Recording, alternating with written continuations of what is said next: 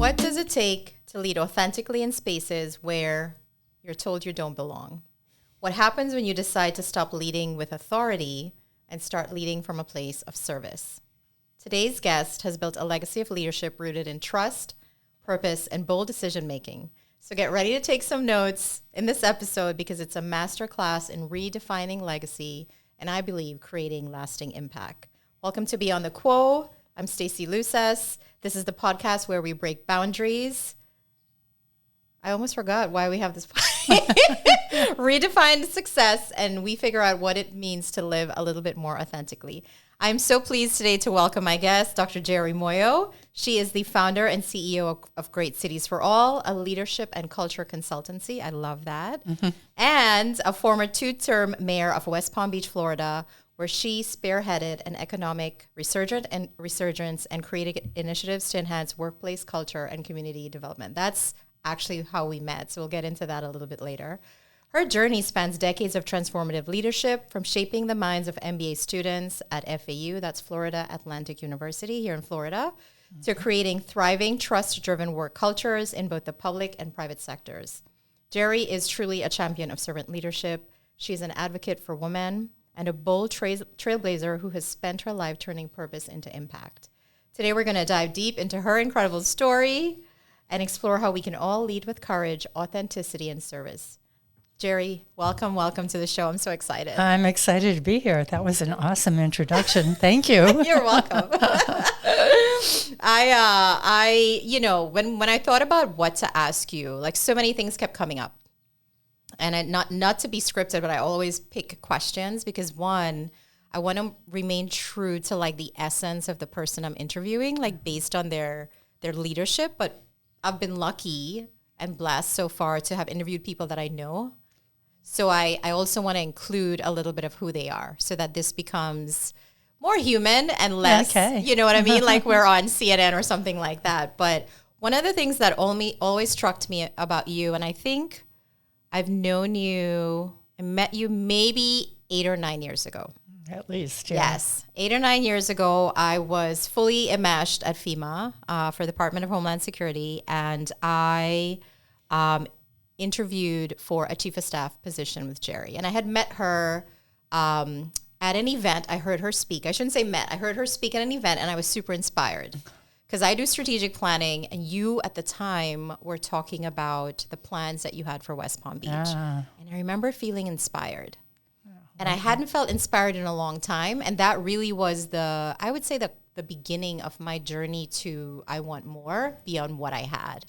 Tell me a little bit about what it takes in those leadership positions to still be able to inspire people the way that you did and the way that you do. Oh, awesome. What a great question. Well, I think for me, a big part of it is building those relationships. Yeah. I spent the early part of my time as mayor listening a lot, hearing what people had to say, hearing what people needed. When I first became mayor, I was like, okay, what does a CEO do? Because as you know, in West Palm Beach, we have a strong mayor form of government, which means that the mayor is the CEO of the city in charge of all operations of the city. Yeah. So I was in charge of the fire department, the police department, the garbage people, everybody. All the things. Yeah, but you're not in charge. You're accountable for everything, but you're not in charge of anything. Which is the hardest thing sometimes. Exactly. Yeah. So I was like, okay, what does a CEO do? And I quickly learned that my job was to make sure that everybody, all the 1,600 employees of the city, had what they needed to do their job. Yeah. So by listening and hearing what they had to say about what they needed, what kinds of support they needed, and also building that trust. I feel very strongly about the importance of trust and psychological safety in an organization. So I think when people see, first of all, that you're willing to trust them and you build those trusts, and when they see you follow through on your commitments, I think that's so important. And when they see you lay out a vision, where do we want to be? What does the city of West Palm Beach want to be? And they understand their key role in accomplishing that vision. I love that. That was like a mini masterclass. I'm being honest with you. Like, there were so many things there. I think number one, you understood your role both as a leader and as a human, right? That people want to be listened to. They want to feel that they matter. Yeah. And I think you also understood, there's this thing, I did this executive leadership for women. At FAU? No, at Cornell. It was a certification, but they talked about political savvy, right? And this, we think of that very differently. Some people, it's a bit of a negative connotation, but being politically savvy means that you read the room and the tone and tenor of your actions match where people are in the moment. It's not manipulative. It really is just a very diplomatic and strategic way to go about making decisions and learning information. And what I heard you say was so powerful. A CEO it's like a shark without teeth. That's what we used to say at FEMA, right? Like, our office was responsible for the budget, but we didn't actually have the teeth to sort of do what we wanted to do, what we know was necessary with the money. It was already allocated, and sometimes, right? So I love that you, given the ingredients that you had, were able to think through and be strategic, using what you learned, what you listened to, and making people feel a part of kind of the next step. Absolutely. I want to share something with you, and this was kind of startling to me. I'm not surprised. I saw a note this morning. I was kind of listening to the news while I was doing dishes, that former Speaker of the House, Nancy Pelosi, went to an event and fell. And they showed just a picture of her with all the other people for the delegation in Germany, I think, that she's with. And there's a point to this story. Very quickly, I counted how many women were in the picture, including her. And it was, I think, 5 or 6 women, and I lost count of the guys, right? Men, yeah. And you've been a leader in a space, right, mayorship, that has often felt inaccessible to women, right? Especially women of a certain age or background. And as of May 2024, women held only 26% of mayoral positions in the U.S. cities. Yeah. And this is with populations over 30,000. This indicates that while progress has been made, women, of course, remain underrepresented in mayoral roles, but I would argue a lot of these places, given what I just kind of mentioned. As a former mayor and now a leadership coach, like, 2 things. One, how can we navigate positions where change is actually being made via policy and so forth better, without feeling, do I belong here? I don't have peers. Do I have to exert male characteristics to get ahead? How can we remain authentic to kind of what you just said? I feel like what you brought to the table was a very feminine perspective, a very powerful, I want to listen, I want to have empathy first, and then I want to execute, instead of coming in hard charging, right? I know that was a lot in there, but hopefully you followed. Well, a couple of things. Before I moved to Florida, I worked in the education space. So I was assistant superintendent of schools. And, I started that back when a whole lot of women were teachers, but very few women were in the leadership position. Sure. And then, becoming a mayor and also being in a situation where there were very few women. And it's so funny. I remember going to a mayor's meeting, and there were 3 other women mayors there. All 4 of us, including me, had our doctorates. Wow. And I thought, I wonder what that means. So, that's just sort of an aside. No, it's very important. Yeah. I'll pull that thread in like 2 minutes. It's very interesting. Yeah. So going back to what you had to say, I think that, again, it's so critical to be your authentic self. Yeah. One of the books I recommend to a lot of people is called The Likability Trap by Alicia Menendez. And Menendez talks a lot about how women struggle between being perceived as likable or being perceived as competent. And, you know, that competent piece sort of suggests you have to be a bitch. And the likable piece sort of suggests that you're too doormat. Nice. Yeah, exactly. And certainly one of the criticisms when I was campaigning for mayor was that I was too nice. I couldn't possibly be mayor, and because I was just too nice. I think it's about, in order for women to be in more of these leadership positions, we need to redefine leadership. You know, we have this perception of what leadership looks like, or perhaps that's changing now, but in the past, and a little bit still now, you know, of the strong man who tells everybody what to do, when to do it. We have to start thinking about leadership as empowering people, engaging people, being our authentic self, you know, laying out a vision, removing the obstacles so that people who are working in our organization can get their job done. So I think it's about redefining leadership. In the meantime, I say to women, and I speak to a lot of women's groups, and don't be afraid. Take a risk. What's the worst that can happen? And I myself have gone through that. You know, I was never superintendent of schools, although that would have been the next step for me. But I always had an excuse. You know, I have a daughter to raise. I'd have to move. My husband's job. What would he do? Would we have to live separate? You know, a lot of excuses.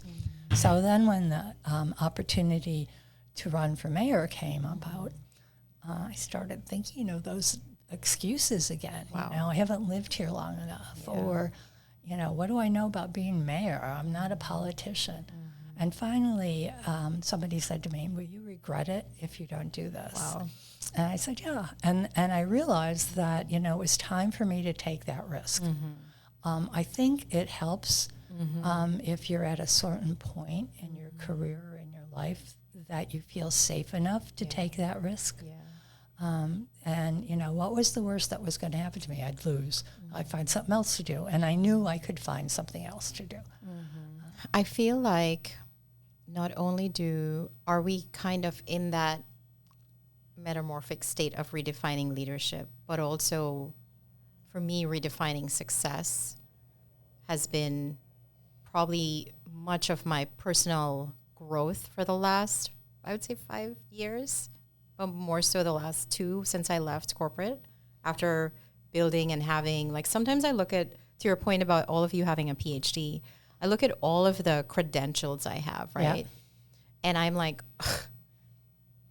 it is almost like we want to be hyper competent and immaculately, at least on paper, ready before we raise our hand. And there's this fun statistic where women want to be 100% before they apply for the job, and men are like 60, and they're like, woo!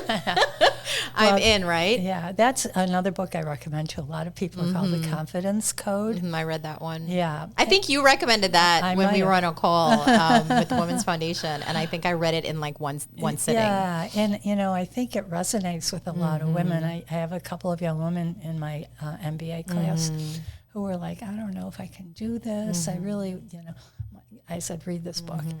And one of them wrote in her journal that I always thought I was the only one. You know, and it was so powerful. But, you know, we the best thing we can do for our daughters is encourage them to take risks. Let them fall. You know, I remember when my daughter was little and she was fooling around in the mud and getting dirty and doing stuff, and my mother happened to be visiting. She said, "Don't let her do that. Clean her up." I'm like, no, she can do that.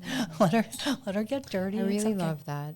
You know, there's this thing is coming to my mind where I think a lot of people leading people want to do the right thing. And sometimes they want to do the right thing so much that they pause on many things that were awesome. They just maybe weren't perfect. And that's, some people call it messy action, 5, 4, 3, 2, 1. I know Mel Robbins says, just do it, right? Nike, just do it. But you asked me about the name for the podcast, Beyond the Quo. So you probably know my story. I had massive burnout in corporate, emergency surgery, and flatlined. And I like to say not once, but twice. Oh. And so when I came back from that, it took a good year for me to recalibrate health-wise, but also psychologically. Coming back from that, there was a lot of to your point, do I have regrets? Right? And so I would say for me, it took about 5 to 8 years, but everything had to change. Yeah. Right? Still the same husband. Luckily he didn't change, but me and this redefinition of leadership, redefinition of service, and I want to talk a little bit about servant leadership. I love that you brought that up. When I worked for the government, I would say about 12 years ago, we all, if you were in a leadership position, we all had to get this very powerful training on how to be a servant leader. Cool. I loved it. Wow. And it was conceptually something I had never heard, even with an MBA and dealing with top grad schools. And I loved it. I really, really loved it, given my background, that we could be servant leaders. Yes. Because, even the word servant has this, in servitude, right?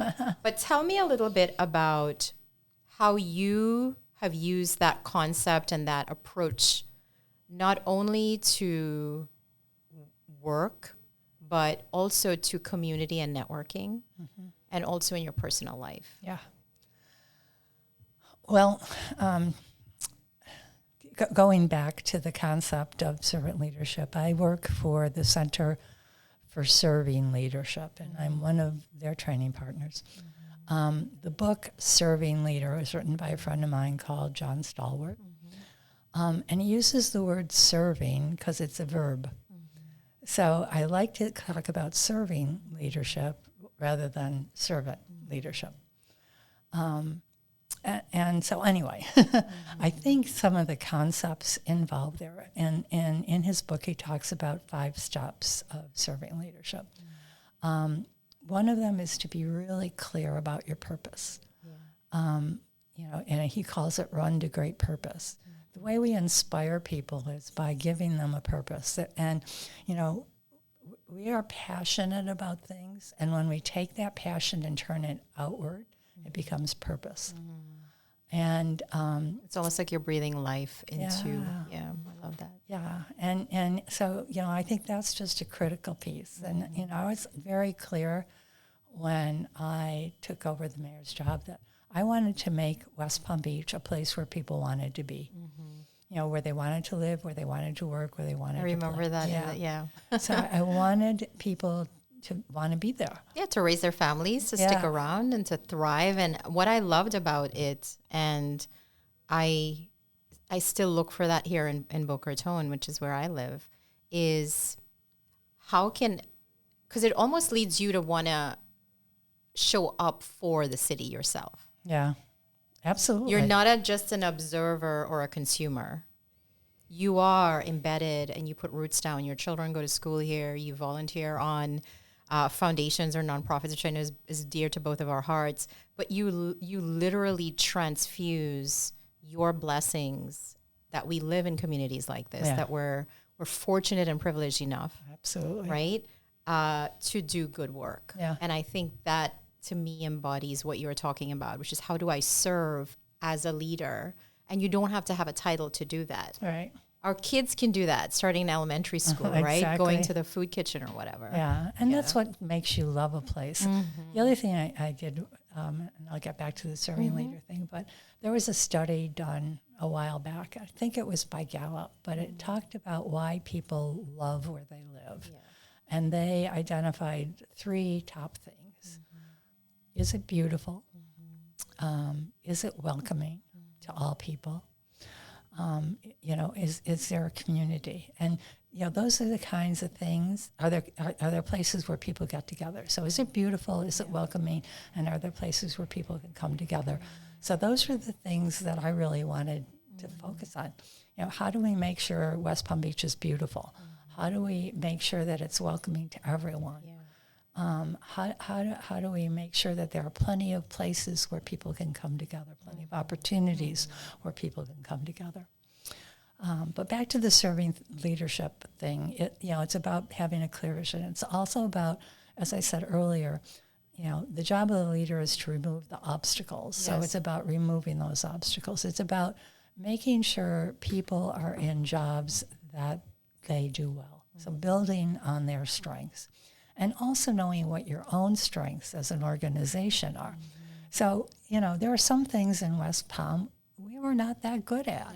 So I find other people who were good at it. For example, we contracted with the Lord's Place to run our homeless programs. The Lord's Place is an amazing organization. They could do a job we could never begin to think about doing within city government, just with the constraints and all of that. So, know what you do well and do that, and know what you need to have help with.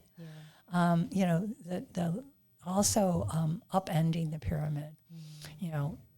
The pyramid we have in our vision is the leaders at the top, and the pyramid gets wider as you get to the bottom. And we need to upend that and understand that the leader is there to take care of the people who take care of the work that has to get done.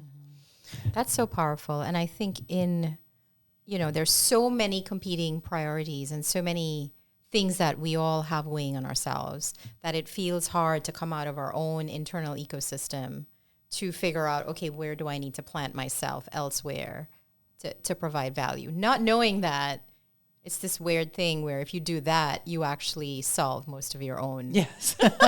Right? It's kind of this weird thing. Well, we talk a lot about finding your why.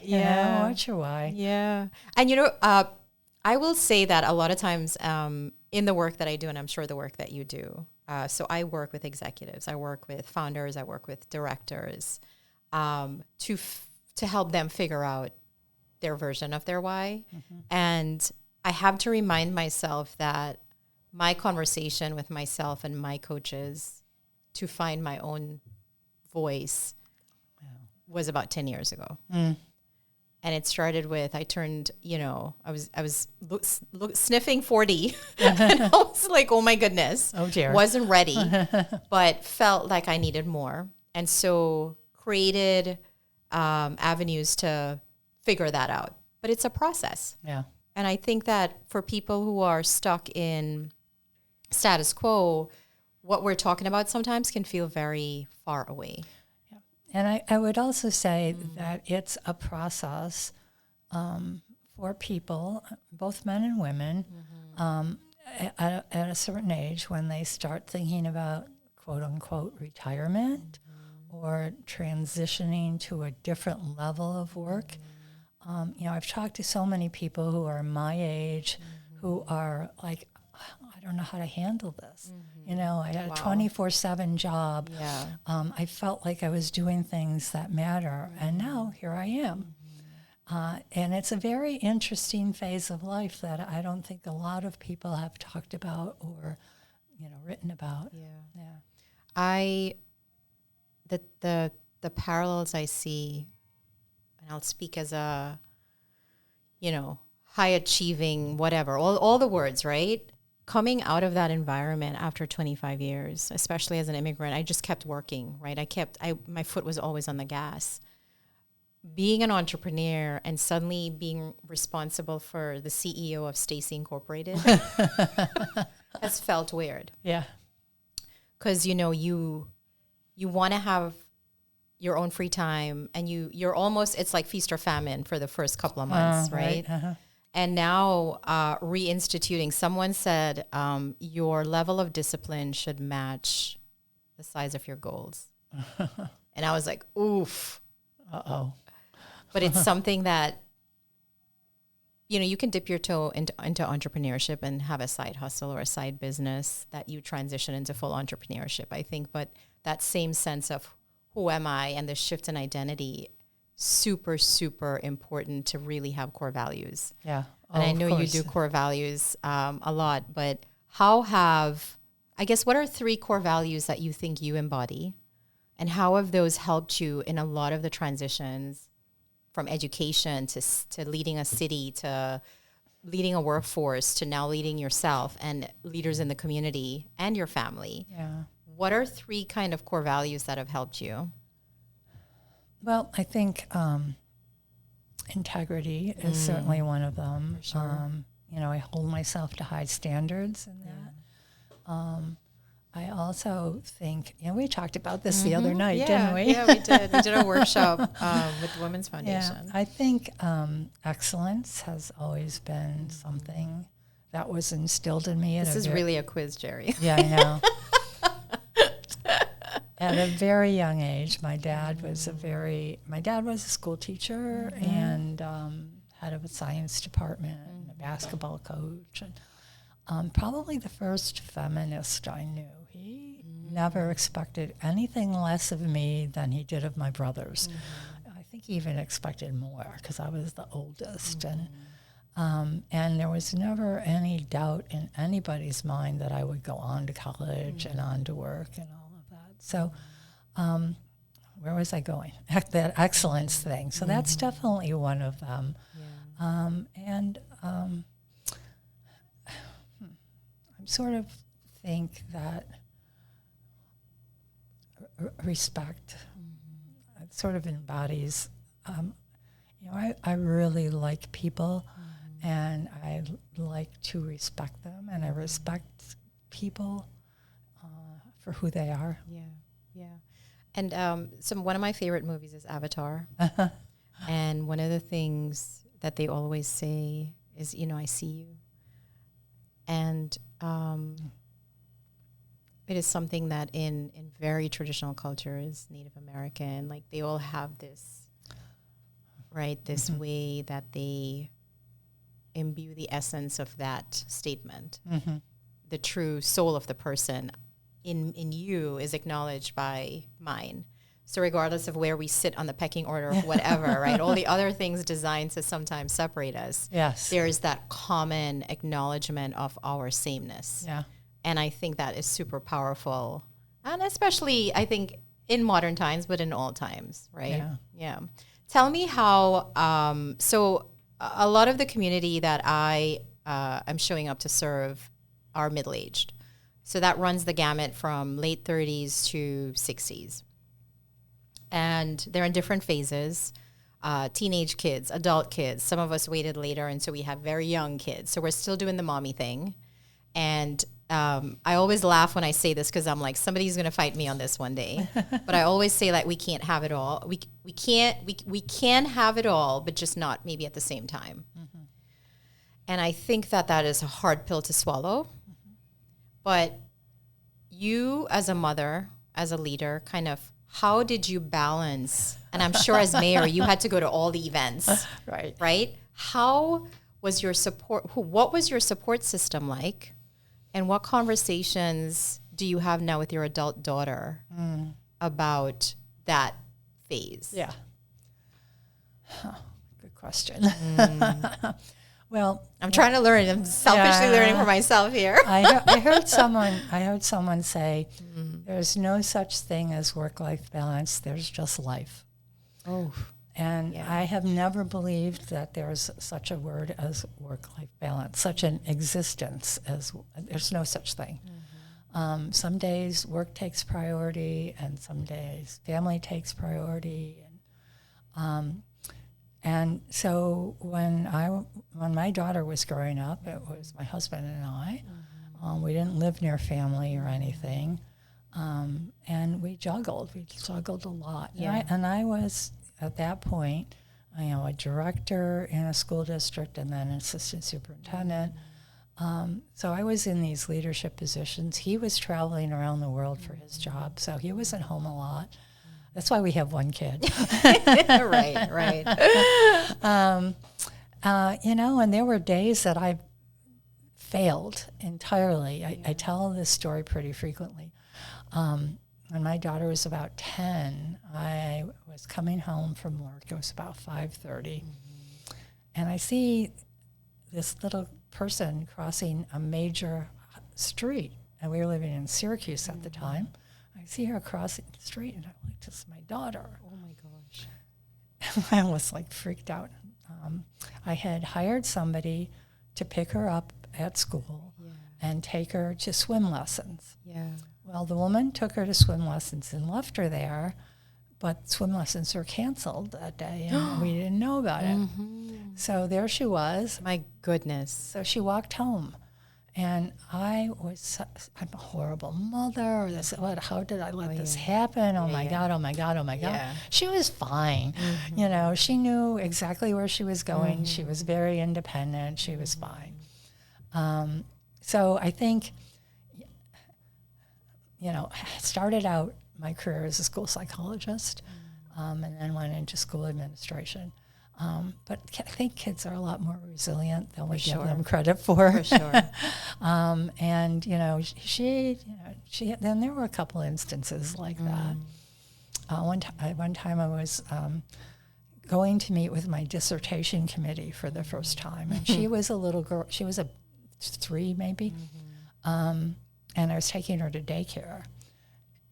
And I got a lot of crap about putting my kid in daycare at that time. That was 40 years ago. Yeah. People didn't put their kids in daycare. Yeah. So I was taking her to daycare. On the way to daycare, she threw up. On you or just in all general? over her, all over me, gosh. everything. On dissertation day. On the day I was supposed to go to meet my dissertation committee. So I called and said I took her. I'm sure there are some guy listeners who are like, was it just clean vomit or chunky? Or chunky vomit? We had to get cleaned up, but Okay, but you know, it's never easy, and you're always juggling. And with my own daughter, she has 3 children. Okay. She's a doctor. Yeah.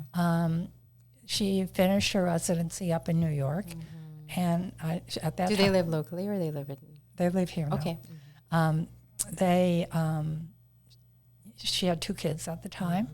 And I said, you need to come down by us because you're going to be juggling a lot.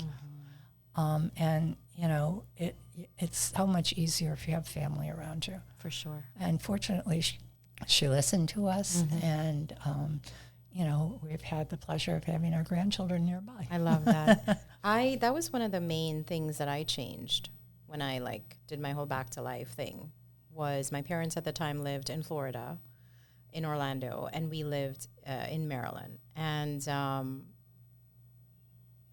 I had this moment where both my parents were not doing well at the same time. And my brother, who lives with them, my adult brother, has Down syndrome. And my children knew them and, of course, loved them. But they were people that came to visit 3 or 4 times a year, right? That's the way our parents For sure. were. Yeah. And so I really, part of my determination was, but I was like, I'm not living in Orlando. I want the beach. So luckily they moved down here and they're closer to us. But you are absolutely right. Like, I think that support system is imperative. And I have to always remind myself and have gratitude for that, because there are some single moms and single parents that are going it alone. Yeah. You know, a couple of really good friends of mine are going it alone, and they are struggling. It's hard. They're struggling. And I get the sense, and my children are 18 and 14. When they were younger, it was actually easier. They were more portable.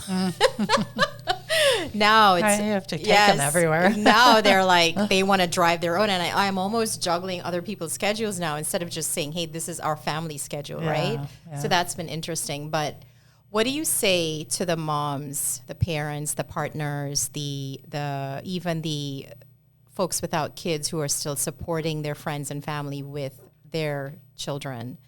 And I love that. 2 things I love about what you said. Forget the concept of balance. It's prioritization. And 2, your vulnerability with just saying, hey, at some days I felt I failed. I think if more of us would say that, it will release the rest of us from this bondage of perfection. And I think that's part of what happens. We think we can be all things to all people. All the time. All the time. And we can't. No. And even to this day, my husband says, will you stop taking care of people? It's in your DNA, man. I don't think you can. Oh, so this is kind of one of my the favorite things I want to ask you, but I feel like if you were to say, F it, I'm done, I'm going to Tahiti and live the rest of my life, right? In the sun and the sand, your legacy would be amazing, right? What do you hope people most remember about you and why? Let's say you're going to Tahiti next week, Jeri. I wish. Well, I have to tell you, I was having lunch the other day in an outdoor space with some people, and two gentlemen came and sat next to us, and one of the gentlemen, "Hi, Mayor, how are you?" So I'm great. And he was a city employee. Yeah. And he said, "I want to thank you. You always put us first." Or something, or you always took care of us, or something like that. You always took care of us. So I think that the culture we created in the 8 years that we were there was probably something I'm most proud of. Yeah. And, certainly the amazing things we were able to accomplish in the city. I mean, we started the Flagler Financial District. Now it's called Wall Street South, and we have all these movie, and people, that's the other hard part, turning it over to another person. Sure. Here's your baby, and we're Right. term limited, so I had to leave. I couldn't run again. Right. And giving that all to someone else who might have very different priorities. And then wondering if people remember that you're the person who started the Flagler Financial District. Yes. You're the person who brought walkability to West Palm Beach. And I think that things that we accomplished to make West Palm Beach a great place is what I hope people remember. I love that. I feel that in my bones. So when I worked for FEMA, I was a new supervisor, and thankfully I had a phenomenal leader, Al, and he had a lot of faith in me. And I was in my 30s, and the types of challenges that he gave me were so scary to me at the time. He wouldn't know it, but I knew it. I knew that it felt that sure, I of was course. being stretched Good. beyond my capacity. And I was nervous and sweaty, but showing up anyway. And one of the things he asked me to do, because FEMA has so many, I think people see FEMA and they think people handing out water, but there's so many layers to the executive layer, the operations layer, the facilities, right? All of the things, right? Sure. And the response portion of FEMA had to talk to the operations and strategy section because the two Those old sometimes silos it was things. right. And so we created my task at the time with a small team of 30 mighty people was to do 7 executive steering committees. And each of the 7 was structured around a main business objective. So logistics, business operations, all the things, right? Budget. And I had to find the counterparts in each of the silos, bring them together to do synergy, to create synergy. Great. Jeri, oh my God. I was the executive secretariat, which is just a fancy name for the do of all the things. And I would go into these meetings with very, very senior people, a lot of them ex-military, a lot of them veterans, very used. And here I was, this young brown girl in the ring, telling them that we had to do this thing. And he was, at the time, the designated authority that had to have these things happen by executive order. So we had to get it done. And it was hard. It was hard. And I was in that role for about 2.5 years. Wow. And at one point I had to do a 360 feedback. And they said, talk to the people working closest to you. And it was all these senior executives. Oh, gosh. But it was probably the best feedback of my life. Oh, good. But I say that to say, I saw they won an award. FEMA won an award the other day for What their you executive. And I was like, oh, gasp. I did that. And I sat because I think, and why I'm bringing that up, and I want to encourage everybody kind of listening to this, we're going into a period where I think our mind does a Jedi trick on us that isn't always kind, where, this entire year passed by and I didn't do anything amazing.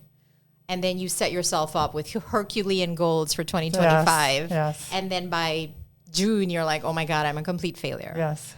I And I want to get your thoughts on this because I'm sure you haven't sat down and thought about your legacy when that gentleman came over to you and was talking to you about the difference you made in his life. Yeah. But I want to encourage everyone to put pen to paper for 30 minutes and just write the things that you're proud of. And have that little confetti list in your back pocket. Maybe not physically, but the back pocket of your mind for when these little gremlins come up. Yeah. Telling you that, oh my God, you haven't done anything amazing. Yeah. Just say today. The woman who ended up being my chief of staff gave me a present, and it was a beautiful blue glass bottle. And in the bottle were little pieces of paper. Yeah. And on each piece of paper was something very affirming. And she said, when you're feeling down, just pull it out and read it. And, so we could do that with our accomplishments, put them in a jar, and when you're feeling down, pull one out. Yeah. One of my closest friends, Rachel, she wrote a best-selling book called No More Duct Tape Fundraising. And it was an instant international bestseller. Wow. And she went on to coach so many founders of the most worthy nonprofits on how to do fundraising, how to raise money properly. We met when I was on the board of UN Women. She passed away October 14th, and she had cancer, and it was pretty quick. I say pretty quick. It was about 1.5 years, 2 years. Wow. But I had never had anybody close to me in my age group going through something like that, especially someone that was so locked into her purpose, locked into making a difference, locked into being just the best Good Samaritan in the world. And it really did a number on me in the sense of, oh shit, we're doing all this stuff and then you never know. And so Beyond the Status Quo kind of is a real poke in the, in affirmative, hey, you're doing well, and that's maybe okay, but what else is out there, right? Yeah. And I think about Rach quite a lot recently, especially going into the holidays. Christmas is like her favorite. She would make these little angels with wine corks.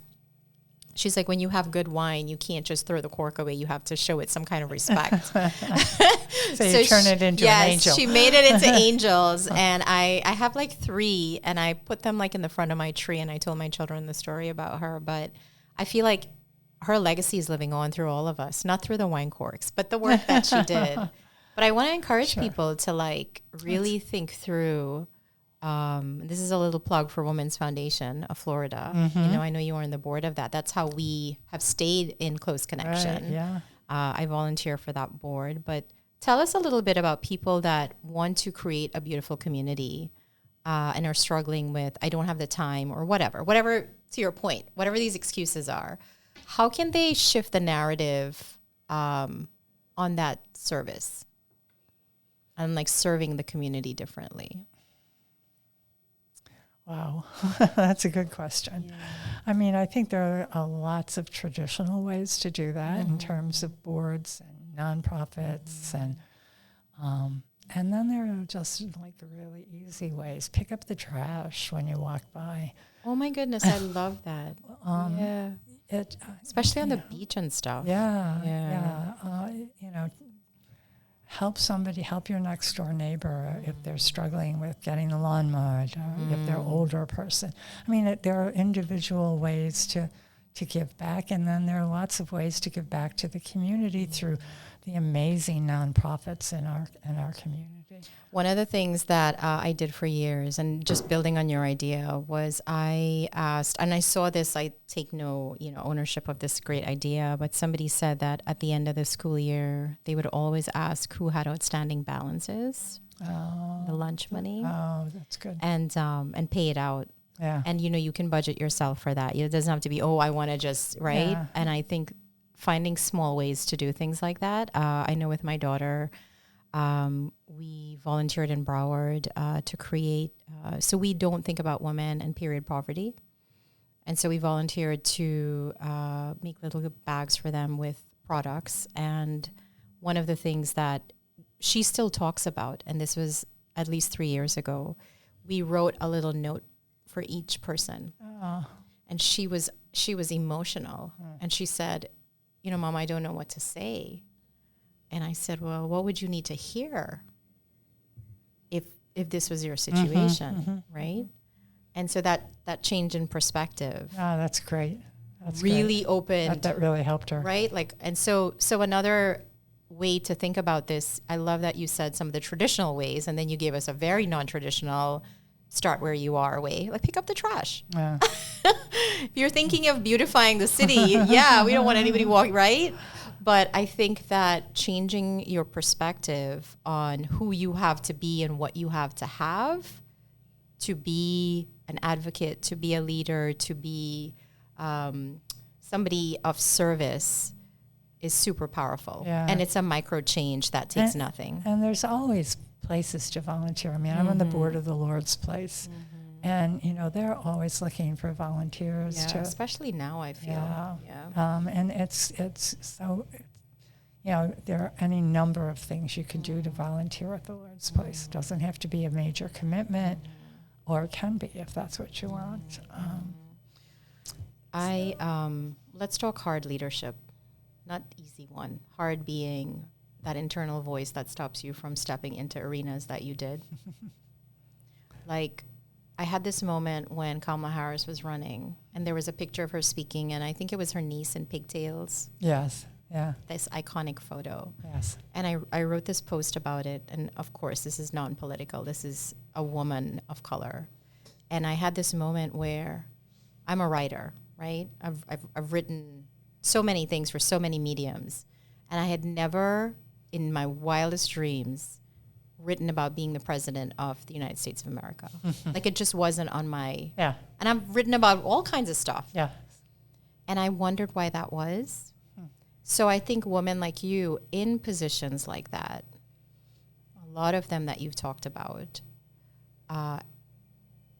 super powerful and inspirational. But what do you say to those change makers that feel unprepared but are already equipped to step into some of these roles where they can really have impact that they may not see this year or next year or in their term, but 10 years later, man. Yeah. Just do it. Don't be afraid. I sometimes when I'm speaking to groups of women, and this happened to me, I ask the question, what would you do if you weren't afraid? Yeah. And I have them write about it or share it or talk about it or think about it. And I did this for a group. And maybe a year later, one of the women in the group came to me and she said, I want to thank you. And I'm like, what? I always wanted to be a special needs teacher, so now I am. My goodness. Right? And I was like, oh my God. People poo-poo vision boards. Let me just tell you, I have one. I did it in end of 2020, and I kind of upgraded it in 2021. It's the same board because it had some big, like, hairy, audacious, right?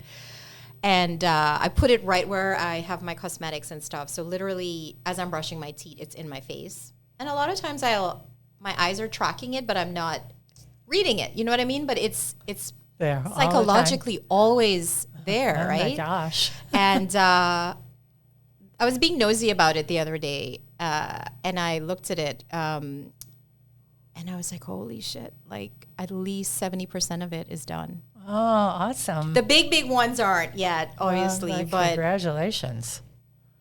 But now you know what that tells me, and Yeah, I got amazing. sweaty again, is I need to update it. Because if you're not growing, you're stagnant. Yeah. Right? And it's not, oh my God, what's the next thing to achieve? It's just, well, you kind of did that. What now? What's next? And I want to kind of say that that's okay too. Yeah.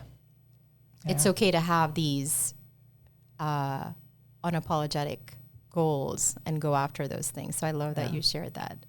There's another great story I'd love to share with you.